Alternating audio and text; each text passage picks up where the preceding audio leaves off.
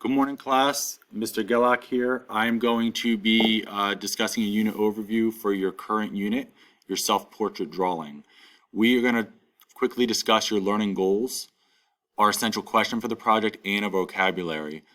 The first of the learning goals is that we're going to be investigating how different artists have used their materials or their media to communicate the ideas or mood in their artwork. We are also going to be analyzing how the subject matter, what they draw, impacts our understanding of an artwork's message, us being the viewers. Then once we understand those concepts, we are then going to take a picture of ourselves, and learning goal number 3, we're going to use a box grid to draw our self-portrait in accurate proportions. So up until now, many of you might be used to drawing your self-portraits from elementary school with the oval head, the rectangular neck, and then the arched shoulders, and then you just draw the features.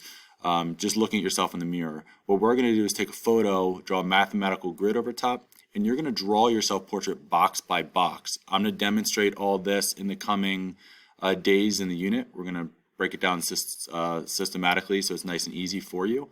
And once you've drawn that, going to learning goal 4, you're going to plan and create a specific mood to convey through the application of oil pastels. So you're not only creating a self-portrait, but you're also showing a mood, whether you are happy or you are maybe even sad in the picture, or you want to show that you like to be outdoors a lot or play sports, you like to play video games. You're going to show some kind of mood, some kind of message in your artwork. And lastly, you're going to write an artist statement that reflects on the artistic process and how it relates to the mood that you chose to show. Now, I know that sounds like a lot, but basically you're just going to take a picture of yourself, you're going to draw it box by box, and then you're going to add color in a way that shows a mood in your picture.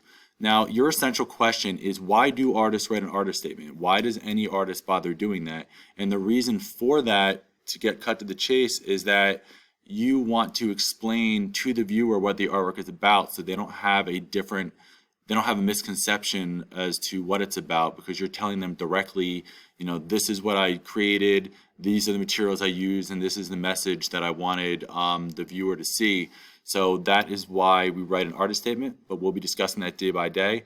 And then down here you have your 8 vocabulary words. We're going to be going over them each day, so I'm not going to get into all of them now, but your vocab words are self-portrait, proportion, box grid, scale, subject, mood, message, and artist statement. And all of those words combined will help you best understand not just the process of the assignment, but also the essential question. All right, when you're done watching this video, please take a look at the lesson directions and due date video before you move on to the first folder. All right, guys, have a great day, and I look forward to working on this unit with you. Bye, everybody.